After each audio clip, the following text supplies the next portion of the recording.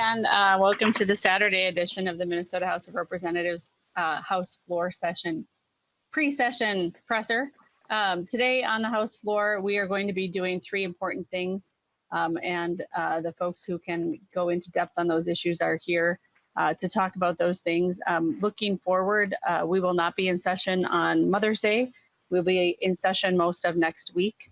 The bills that are making their way to the floor right now are bills where there is bipartisan agreement, or we are hoping to nudge bipartisan agreement by voting bills off of the House floor and to make clear the issues that we're fighting for in negotiations. So with that, I will hand it off to the Majority Leader. Good morning. Despite the pandemic, the Minnesota House of Representatives has managed to continue working on legislation that is important for all Minnesotans. Whether it's COVID-19 related or not COVID-19 related, we are concerned about Minnesotans' health, and we are focused on Minnesota's economic well-being. We have a lot of work to do before the end of this legislative session, and that is why we are having a Saturday floor session today to pass 8 bills and to pass an additional 3 on Monday. These bills are important for Minnesota, and we believe that there is a lot that we can accomplish before the end of this regular legislative session. We don't know what the future will bring in terms of COVID-19, the state economy, or the state budget, but we do know that we can get this work done now, and it will help Minnesotans. I'm going to turn it over to Representative Lori Halvorson to talk about her bill today. Good morning, and thanks for being here, and thank you, Majority Leader. I am here to talk about a very important economic security and economic stimulus bill that I am carrying to provide an additional $500 payment, one-time payment to families who are on the Minnesota Investment Program currently. It is money that is actually, we are able to leverage from federal funds that exist through TANF, Temporary Assistance for Needy Families, that the state currently has in an account. And we would spend about half of that TANF fund, but it would leave us with $15 million in the TANF fund. And this is the type of spending that we are supposed to be doing with TANF funds as a state. It is federal dollars, not state dollars. There's small administrative cost that goes with it that would qualify for the federal COVID dollars to reimburse the state as well. So it is a very cost-effective way to provide economic security to some of our most vulnerable families. TANF is available to families who make under $27,000 a year, but the average income of these families right now are about $15,000. These are families that are missing out on other COVID stimulus because they perhaps were laid off before the COVID epidemic, but high percentage of them were laid off from the hospitality industry, which we know those folks are hurting desperately. And it would provide them with a bridge of $500, which is everything when you are struggling to keep a roof over your head and put food on the table and provide for your most basic needs. That said, that $500 will go directly into our economy. It'll go to landlords. It'll go to Main Street. It'll go to, purchase milk and purchase basic needs for families. 55,000 kids are on TANF currently, or excuse me, are on MFIP in Minnesota. And it is vitally important that we do not allow these families to become unhoused and become further destabilized in this crisis. So this is a very important economic security package, and I look forward to hopefully getting bipartisan support for this. Thanks.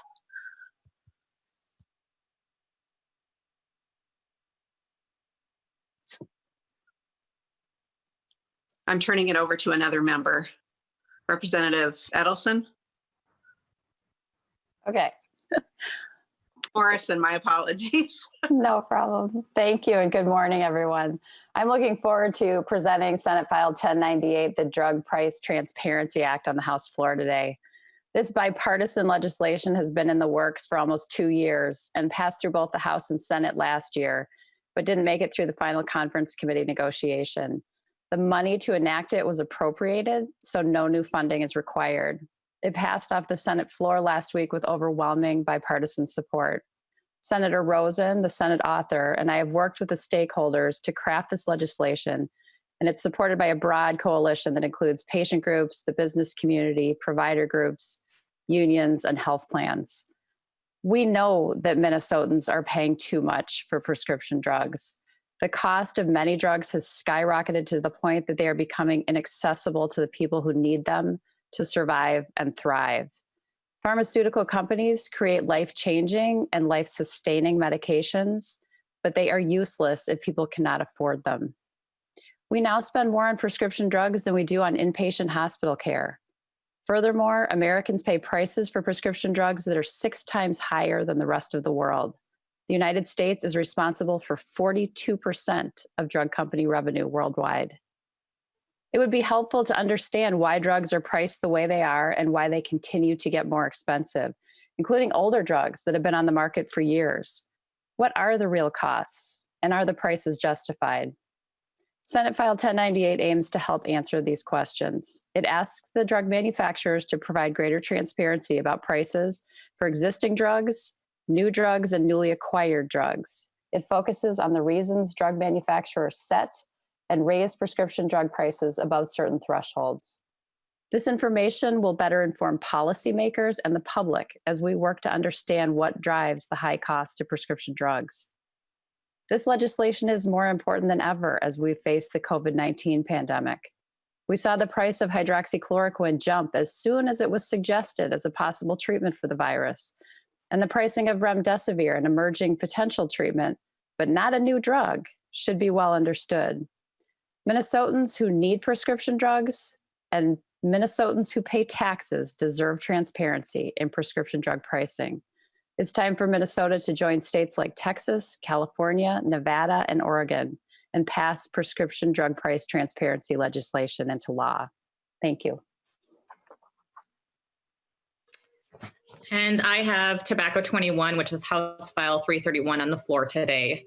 Our teens are facing a tobacco epidemic fueled by trendy flavored high nicotine e-cigarettes. The rates of teen vaping are astronomical and have erased nearly 2 decades of progress to reduce tobacco use. Our research shows that raising the tobacco age will prevent youth addiction and save lives. Nearly 95% of addicted adult smokers started before 21, so raising the age will help interrupt the cycle of addiction, death, and disease associated with tobacco use. Despite this, the fact that Tobacco 21 is now the law of the land under federal policy, Minnesota's legal tobacco age remains at 18. This statewide approach is necessary so we don't have some Minnesotan communities enforcing a state age of 18 while some are enforcing an age of 21. Our bill makes it clear that there is only one tobacco age in Minnesota, and that is 21. The COVID pandemic is also one more reason we need to support the strong public health policy, especially when it comes to our lungs. While we are still learning a great deal about this virus, early studies show it can be particularly dangerous to people whose lungs are weakened by asthma, chronic disease, and smoking. Minnesota is ready for Tobacco 21. Our local communities have led the way. Our federal leaders made Tobacco 21 a priority. Law enforcement, school administrators, teachers, youth all support Tobacco 21. Even retailers and industry representatives support this change. It is our turn to adopt this life-saving policy, and I want to thank my colleagues for the bipartisan support. With that, we're happy to answer any questions if any reporters have them. So first question is from Peter Callahan, and it's for Representative Morrison. Are there differences between the bill on the House floor today and the Rosen bill? And what was the appropriation and what does it pay for? Thank you for the question. There are no differences between the bills. We are adopting the Senate bill. The appropriation was originally $1.6 million, but since the program was not initiated, $655,000 will be returned to the general fund. The appropriation pays for getting the program up and running. It pays for hiring some expertise in pharmacoeconomics and for the software to do the plan. I do not know when the bill goes to the governor. Hopefully today. Speaker? I think we're not making any changes. I think we have 2 on the floor today that are going directly to the governor's desk. And the House files, for the most part, that we are sending to the Senate will be passed by the Senate as is and go to the governor's desk. So I think we have a commerce bill that will go right to the governor's desk, Representative Morrison's bill, concurrence on elections, and another Morrison bill that will go right to the governor. And then the remainder that we're shipping to the Senate, other than the MFIP bill, I expect are going to pass the Senate with large bipartisan support and go to the governor's desk. All right, next question is from Dana Ferguson. Can you talk about your top priorities for the last week of session and expand on some of the proposals you're advancing to nudge action in the Senate?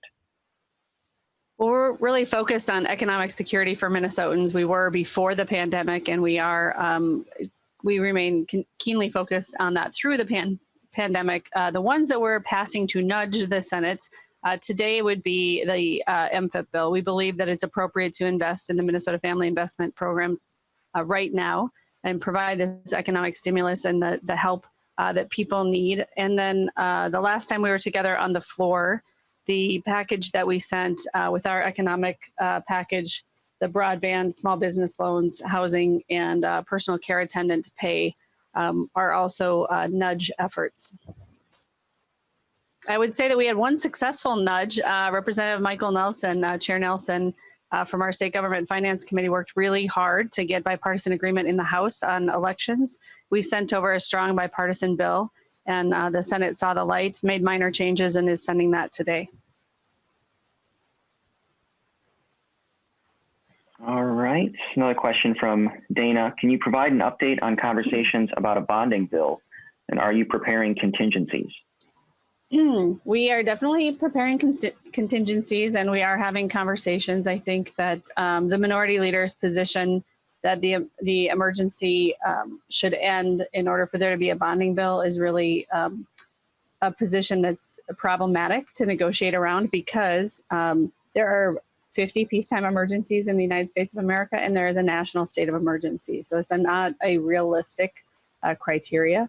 But we continue to have cordial conversations, and we continue to move forward with our plans to put legislation on the floor. Next question from Peter Callahan. California Governor Newsom yesterday signed an executive order to send a ballot to every voter. Do you think Governor Walz has this authority? I really can't speak intelligently to that issue. I would have to talk to the Attorney General, the Governor, and the Secretary of State. I don't know whether the majority leader has had some of those conversations. I don't think the question is so much whether the governor has the authority. I just think it would be a very bad idea for the executive to take unilateral action to change the election system in a pandemic or any other circumstance. We're passing legislation with support from Republicans and Democrats to allow our local election officials some flexibility and additional funding to make sure that our elections can be conducted in a safe way, because we believe in Minnesota that that's how our system should work.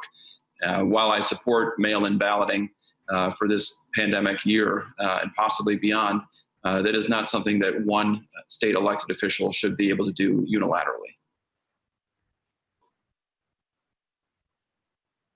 All right, I am not seeing any other questions in the chat. Maybe give it a few more seconds.